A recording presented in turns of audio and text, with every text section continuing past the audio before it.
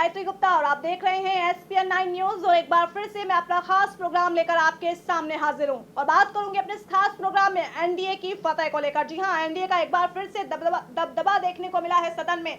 आज राज्यसभा उपसभापति के लिए जिन शख्स को एनडीए की तरफ से उतारा गया था, उन शख्स को सफलता हासिल हुई है। साथ ही विपक्ष की तरफ से उतारे गए उम्मीदवार जिनका नाम है बीके हरिप्रसाद, उन्हें असफलता का सामना करना पड़ा है। हरिवंश नारायण सिंह, अक्सर हम देखते हैं कि बीजेपी ऐसे ऐसे लोगों के नाम सामने लाती है। अगर हम साल 2014 के बाद पीएम मोदी की कार्यशैली का अगर जिक्र करें तो आप जरा कैबिनेट में जो बदलाव होते हैं, जब पीएम मोदी सत्ता पर आसीन हुए थे साल 2014 में, उसके बाद जो मंत्रियों के नाम सामने आए, अब देखिए किस तरह से नए नए नेताओं के नाम सामने आए। शायद आपने इन नेताओं का जिक्र कभी इतना चर्चाओं में नहीं सुना होगा। जाहिर सी बात है, जब किसी का नाम आता है, मीडिया में आता है, तो वो पॉपुलैरिटी बनते देर नहीं लगती है उसमें। और कहीं ना कहीं अब हरिवंश नारायण सिंह के साथ भी ऐसा हो रहा है। हरिवंश नारायण सिंह का नाम चर्चाओं में इस तरह आ गया कि शायद आज से पहले किसी ने इनका नाम सुना भी नहीं होगा। हालांकि मैं ये नहीं कह रही कि किसी ने इनका नाम नहीं सुना होगा,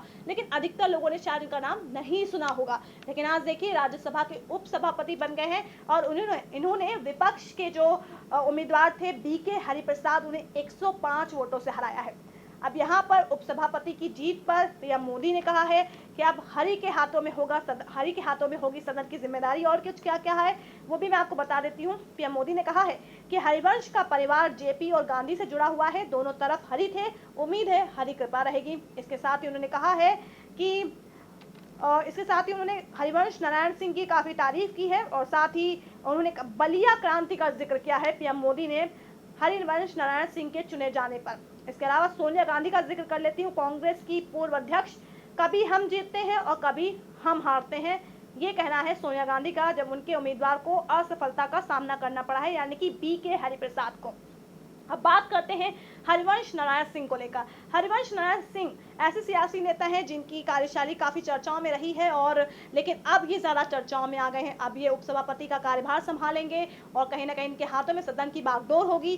तो ऐसे में सही कहा है पीएम मोदी ने कि अब हरि कृपा होगी, उम्मीद है उन्हें कि हरि कृपा रहेगी। और लेकिन एक बात आपने गौर की, हरि वर्सेस हरि आपको देखने को मिला, लेकिन यहाँ पर बीजेपी के हरि भारी पड़ गए विरोधियों के हरि पर। चलिए अब नाम सामने आ रहा है हरिवंश नारायण सिंह का, तो ऐसे में जानना बहुत जरूरी हो जाता है कि आखिर हरिवंश नारायण सिंह है कौन, आखिर इनकी सियासी पृष्ठभूमि क्या है, आखिर इनका क्या बैकग्राउंड है और कैसे इन्होंने अपना सियासी करियर आगे बढ़ाया। तो मैं आपको थोड़ा सा बताती हूँ कि बलिया के रहने वाले हैं हरिवंश नारायण सिंह, और ऐसे में 2014 में उन्हें राज्यसभा का सांसद चुना गया था। 2020 में इनका कार्यकाल खत्म हो जाएगा राज्यसभा सांसद के तौर पर। और इसके अलावा एक और बात है कि ये पत्रकार भी रह चुके, एक संपादक के तौर पर भी काम कर चुके हैं। साल 1989 आनंद बाजार पत्रिका की साप्ताहिक पत्रिका में ये सहायक संपादक के तौर पर भी काम कर चुके हैं। इसके अलावा और भी हरिवंश नारायण सिंह से जुड़े कई बातें हैं। इन्हें जानने के लिए देखिए हमारी ये खास रिपोर्ट।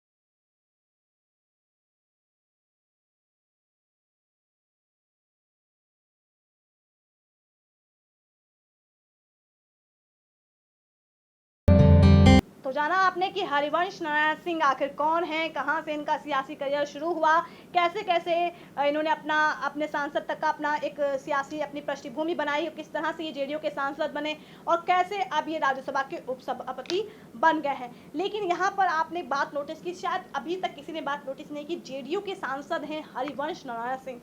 बीते कई दिनों से नीतीश कुमार यानी जेडीयू और बीजेपी के गठबंधन को लेकर सवाल उठाए जा रहे हैं, और ऐसे में कई बार ऐसे घटनाक्रम सामने आते हैं, नीतीश कुमार के ऐसे बयान हो जाते हैं जिस पर मैं बिहार में अभी जो उपचुनाव हुए थे यूपी के साथ, तो उसमें जो 1-2 सीटों पर बीजेपी को असफलता लगी, जिसमें नीतीश कुमार ने ऐसा तंज कसा था, उससे लग रहा था कि वो बीजेपी की गठबंधन से खुश नहीं है।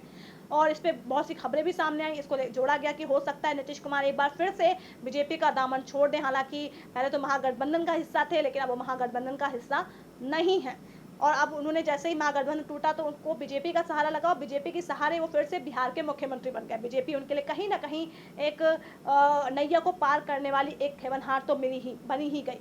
तो ऐसे में अब हरिवंश नारायण सिंह को अगर बीजेपी ने उम्मीदवार बनाया और वो जीते, एनडीए का पूरा सहयोग रहा उनके नाम के पीछे, तो ऐसे में जेडीयू के सांसद हैं, तो क्या इसके पीछे आगामी दिनों में कुछ ऐसी कोई सियासी रणनीति है बीजेपी की, जिसको लेकर आगे से लोकसभा चुनाव में फायदा हो सकता है? शायद हो सकता है, तभी तो बीजेपी जो भी चीज़ करती है, अगर आप उस पर जरा सा भी गौर मंथन करेंगे तो आपको पता चलेगा हर चीज़ के पीछे कोई ना कोई वजह होती है। वैसे मनोवैज्ञानिक तौर पे भी बात सच है, यूनिवर्सल फैक्ट है कि बिना वजह कोई बात होती नहीं है। लेकिन यहाँ पे जेडीयू सांसद का राज्यसभा का उपसभापति बनना, ये अपने आप में कई मायने प्रकट कर रहा है। फिलहाल हमने अपने खास रिपोर्ट में आपको बताया कि हरिवंश नारायण सिंह कौन है और इनके सियासी पहलू क्या है। इसके जानने के लिए आप वेट करिए हमारे अगले प्रोग्राम का। नमस्कार।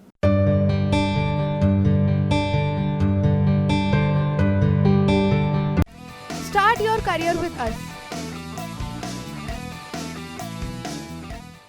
अगर आप भी बनना चाहते हैं एंकर और रिपोर्टर, वीडियो एडिटर, कैमरामैन या फिर स्क्रिप्ट राइटर, तो हमें संपर्क करें।